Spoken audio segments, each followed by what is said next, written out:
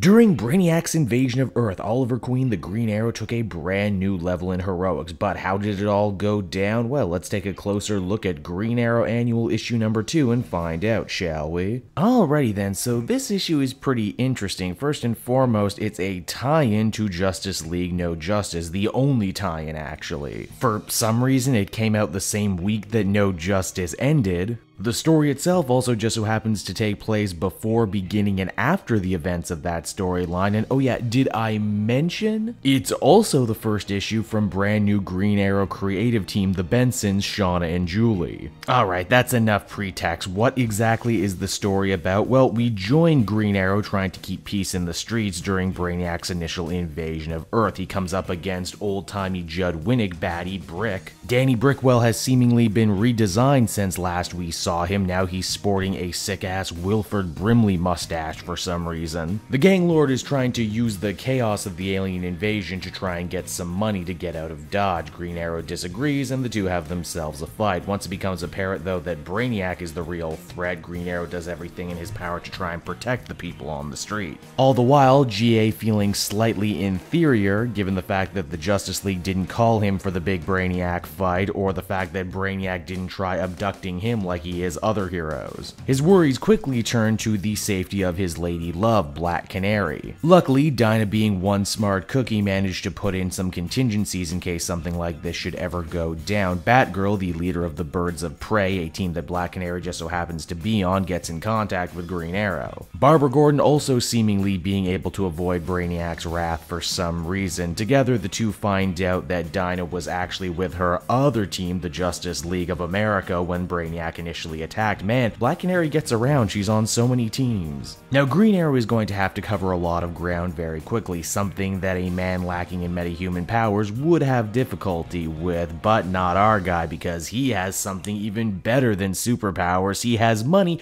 which he can use to buy awesome themed vehicles, and with that, we see the grand return of the Aeroplane. Yeah, get it? Because he's Green Arrow, and it's a plane, airplane, aeroplane, you get it. By the time Green Arrow shows up in Happy Harbor, Rhode Island, the Justice League of America has already been dispatched. Sadly, the story of these guys' lives, am I right? It would seem that Brainiac sent in several specialized androids with the ability to counteract the powers of the JLA. Green Arrow was able to get the upper hand on these guys because he has trick arrows and they're great. Wow, they are really putting Green Arrow over strong in this post-No Justice world, and you know what? I gotta say, I dig it. Now, Green Arrow may have saved Black Canary, but she still seems to be under some sort of Brainiac stasis, much like all the other heroes. That means that if Ollie wants to save her, he's going to have to save the rest of the world. Barbara Gordon, once again acting as tech support, and the woman in the chair says that Oliver Queen should probably look up Amanda Waller, as she seems to be at the epicenter of everything that's going on Earth in regards to Brainiac.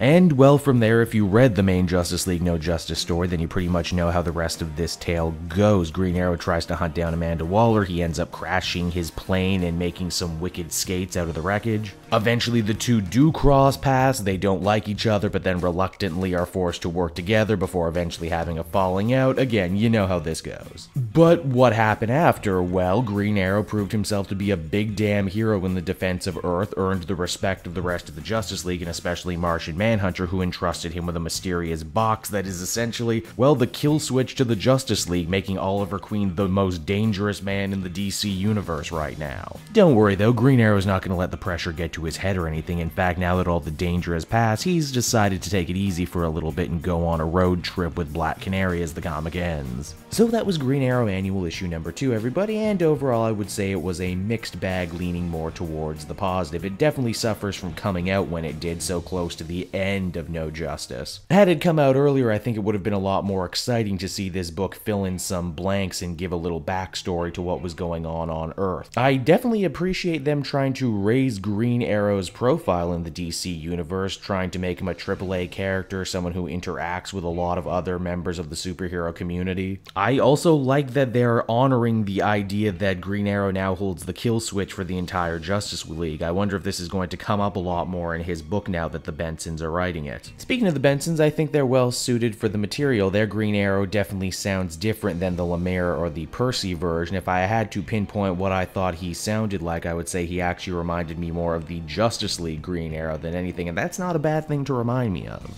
Overall, I found this issue enjoyable, but I probably would have liked it even more if I had just jumped on with the first official new issue in this run, which is why I can only really give it a 6.5 out of 10.